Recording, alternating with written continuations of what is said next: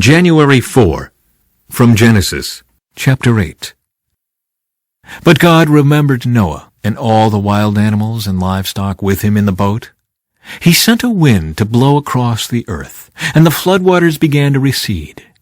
The underground waters stopped flowing, and the torrential rains from the sky were stopped. So the floodwaters gradually receded from the earth. After 150 days, exactly 5 months from the time the flood began, the boat came to rest on the mountains of Ararat. 2.5 months later, as the waters continued to go down, other mountain peaks became visible. After another 40 days, Noah opened the window he had made in the boat and released a raven. The bird flew back and forth until the floodwaters on the earth had dried up. He also released a dove to see if the water had receded and it could find dry ground. But the dove could find no place to land because the water still covered the ground. So it returned to the boat, and Noah held out his hand and drew the dove back inside. After waiting another 7 days, Noah released the dove again. This time the dove returned to him in the evening with a fresh olive leaf in its beak. Then Noah knew that the floodwaters were almost gone. He waited another 7 days and then released the dove again. This time, it did not come back. Noah was now 601 years old. On the first day of the new year, 10.5 months after the flood began, the floodwaters had almost dried up from the earth. Noah lifted back the covering of the boat and saw that the surface of the ground was drying. 2 more months went by, and at last the earth was dry. Then God said to Noah, "Leave the boat, all of you, you and your wife and your sons and their wives. Release all the animals, the birds, the livestock, and the small animals that scurry along the ground, so they can be fruitful and multiply throughout the earth." So Noah, his wife, and his sons and their wives left the boat. And all of the large and small animals and birds came out of the boat, pair by pair. Then Noah built an altar to the Lord, and there he sacrificed as burnt offerings the animals and birds that had been approved for that purpose. And the Lord was pleased with the aroma of the sacrifice, and said to himself, "I will never again curse the ground because of the human race, even though everything they think or imagine is bent toward evil from childhood. I will never again destroy all living things. As long as the earth remains, there will be planting and harvest, cold and heat, summer and winter, day and night." Then God blessed Noah and his sons and told them, "Be fruitful and multiply. Fill the earth, all the animals of the earth, all the birds of the sky, all the small animals that scurry along the ground, and all the fish in the sea will look on you with fear and terror. I have placed them in your power. I have given them to you for food, just as I have given you grain and vegetables. But you must never eat any meat that still has the lifeblood in it. And I will require the blood of anyone who takes another person's life. If a wild animal kills a person, it must die. And anyone who murders a fellow human must die. If anyone takes a human life, that person's life will also be taken by human hands. For God made human beings in his own image. Now be fruitful and multiply, and repopulate the earth." Then God told Noah and his sons, "I hereby confirm my covenant with you and your descendants, and with all the animals that were on the boat with you, the birds, the livestock, and all the wild animals, every living creature on earth. Yes, I am confirming my covenant with you. Never again will floodwaters kill all living creatures. Never again will a flood destroy the earth." Then God said, "I am giving you a sign of my covenant with you and with all living creatures for all generations to come.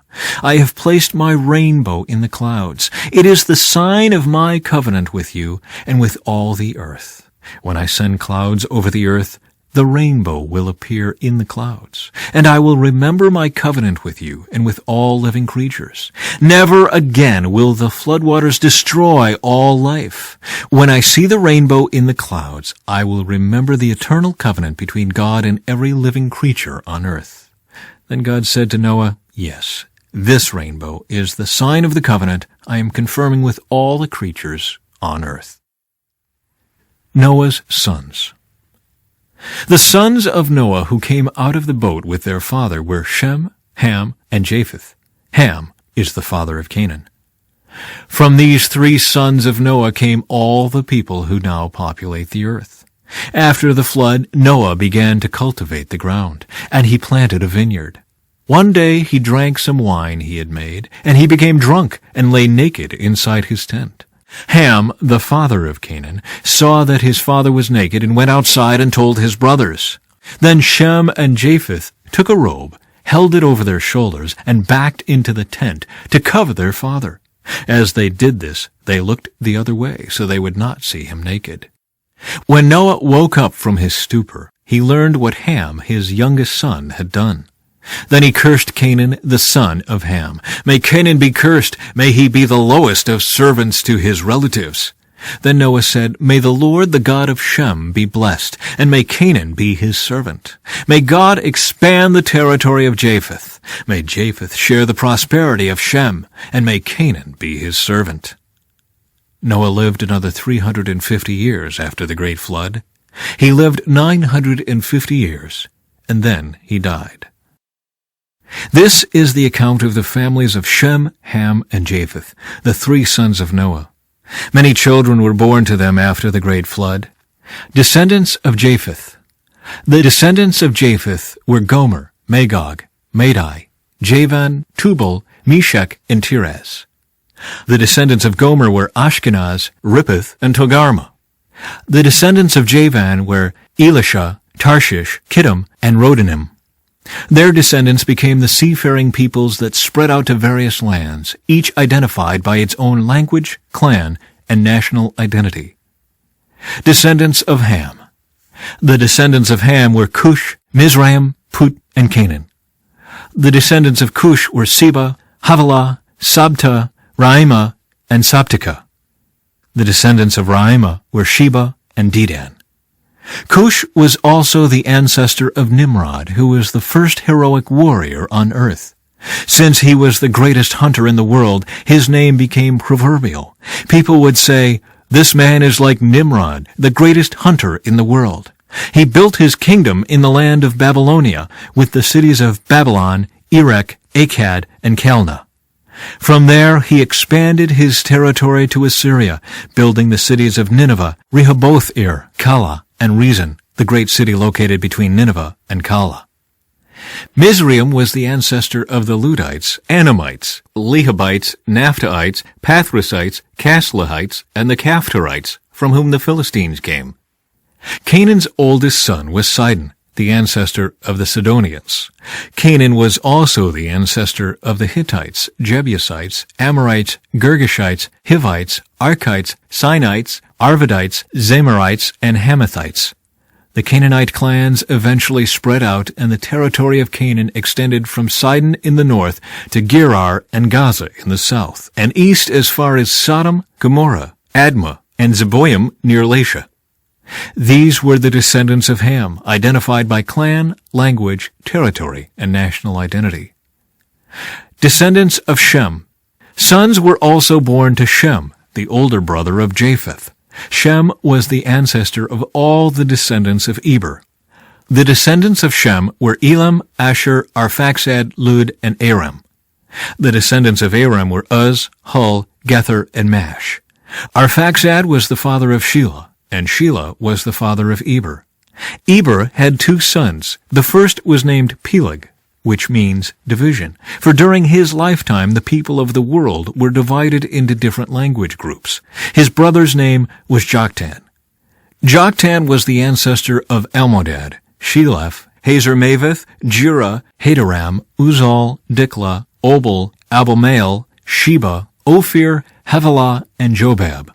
All these were descendants of Joktan. The territory they occupied extended from Mesha all the way to Sephir in the eastern mountains.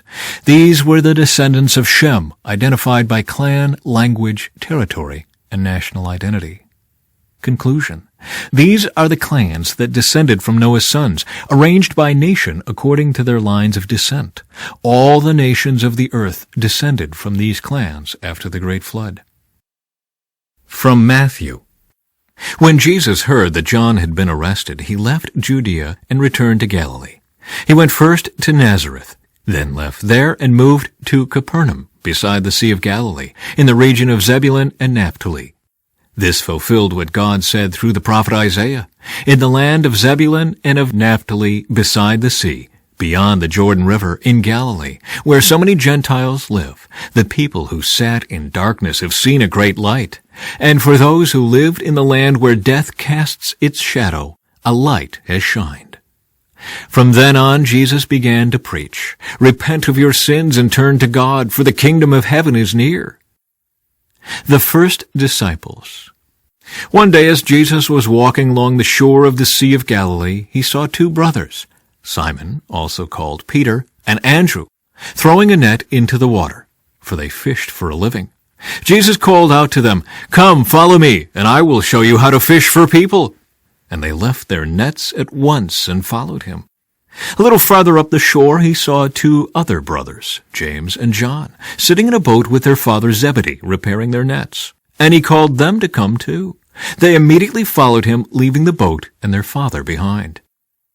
Crowds followed Jesus. Jesus traveled throughout the region of Galilee, teaching in the synagogues and announcing the good news about the kingdom. And he healed every kind of disease and illness. News about him spread as far as Syria, and people soon began bringing to him all who were sick, and whatever their sickness or disease, or if they were demon-possessed or epileptic or paralyzed, he healed them all. Large crowds followed him wherever he went, people from Galilee, the 10 towns, Jerusalem, from all over Judea, and from east of the Jordan River. Psalm 4.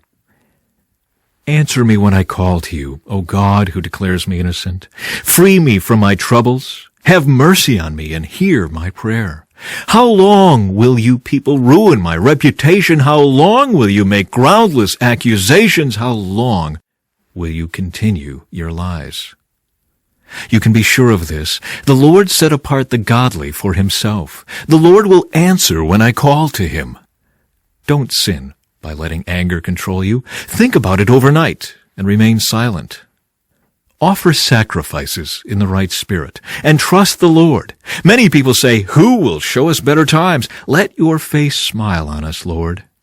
You have given me greater joy than those who have abundant harvests of grain and new wine. In peace I will lie down and sleep, for you alone, O Lord, will keep me safe. From Proverbs. Wisdom shouts in the streets. Wisdom shouts in the streets. She cries out in the public square. She calls to the crowds along the main street, to those gathered in front of the city gate. How long, you simpletons, will you insist on being simple-minded? How long will you mockers relish your mocking? How long will you fools hate knowledge? Come and listen to my counsel. I'll share my heart with you and make you wise.